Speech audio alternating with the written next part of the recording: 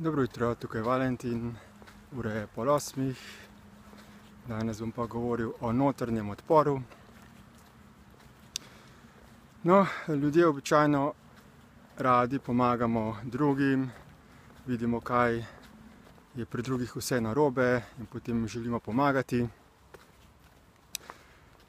Toda, ko vidimo pri sebi, da bi se lahko glede nečesa izboljšali, takrat pa je to precej težje. Zakaj torej lažje pomagamo drugim, kot da bi pomagali naprej samemu sebi?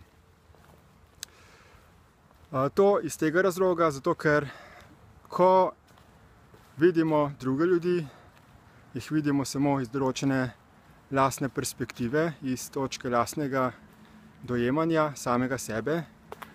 In potem, ko jim pomagamo, jim v bistvu ne pomagamo na ta način, da bi v resnici samega sebe razumeli, ker ne moremo pomagati drugim, dokler samemu sebi ne pomagamo, dokler samega sebe naprej ne razumemo.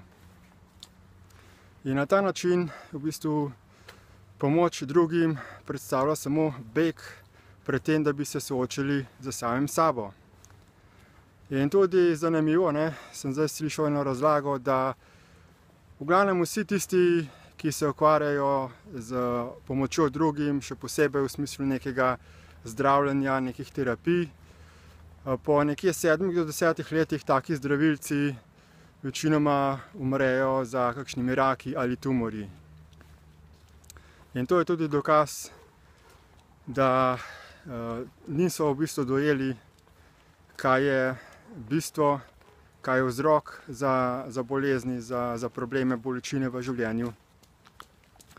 Torej, naprej je pomembno, da se osredotočimo v procesu preobrazbe na samega sebe, na lastne vzorce. In potem drugi, ko recimo slišijo tudi to gradivo, ki ga razširjam pri Destiny, ali tudi mogoče, ko slišijo moje posnetke, čeprav se trudim biti zelo mil, nežen glede razlaganja teh stvari.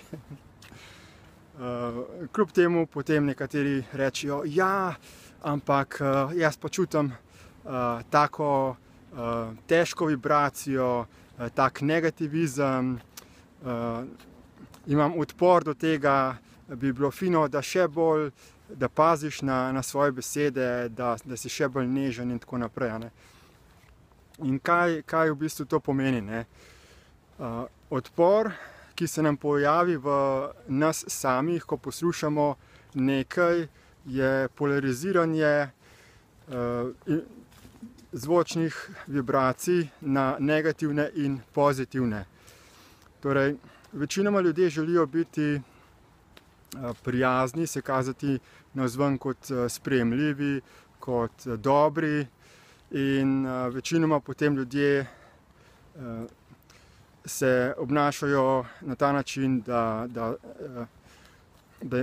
se elegantno premikajo, da uporabljajo določene besede, kot je ljubezen, sreča, svetloba, mir, enost in tako naprej.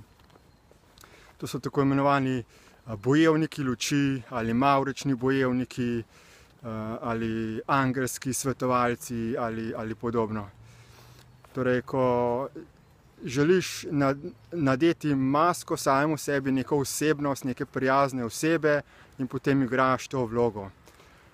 Ampak ta vloga temelji seveda na polarnosti, na deljenju stvari na pozitivno in negativno.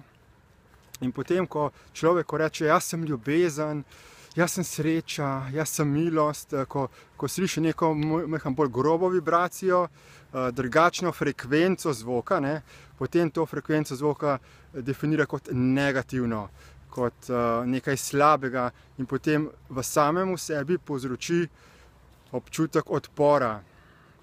Ampak taki ljudje se ne zavedajo, da ta občutek odpora je njihova lastna stvaritev. To je v bistvu zaščitni mehanizem uma, ki se brani pred tem, da bi sprejel celotno realnost. Ker ko nekoga poslušaš, Bistvo je, da slišiš, kaj ta človek pove, informacijo, da sprejmeš.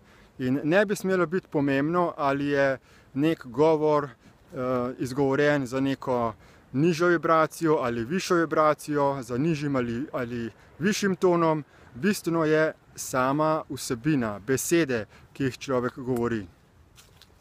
Zato vsi tisti, ki poslušate, ki berete, recimo še posebej to Destiny gradivo ali moje videoposnetke in audioposnetke, če začutite vibracijo nekega odpora v sebi, da se zavedate, da je to vaša lastna stvaritev in da se vprašate, kakšne imam misli, kakšne misli sem si dovolil v svojem umu, da so me začele prepričevati, da to, kar slišim, da je nekaj negativnega, da bi morala biti vibracija zvoka drugačna. In se potem seveda odpustite to prepričanje in se zavežite k temu, da boste sprejemali vse zvoke, vse vibracije, vse frekvence enako vredno. Ker postopek samospoznavanja je usklajevanje samega sebe z principom enakovrednosti vsega, kar obstaja, in v trenutku, ko delimo stvari na nekaj pozitivno in negativno, ko se odločite, to bom sprejel, to ne bom sprejel, takrat zapadete v umsko razdvojenost in v vas se ustvari konflikt. Konflikt med realnostjo in konflikt med vašimi prepričanji. In ta konflikt ustvari potem to energijo odpora. In to energijo si ustvarite sami zaradi lastno dopuščenih vzorcev pozitivnega, negativnega, slabega, dobrega in podobnih polarnosti. Torej, vabim vas, da te stvari raziščete. Več informacij boste našli pod opisom, v povezavah tega videoposnetka, in želim, da boste čim bolj učinkovito premagovali vse notranje odpore in da boste pogumno stopili na pot notranje preobrazbe. Živijo!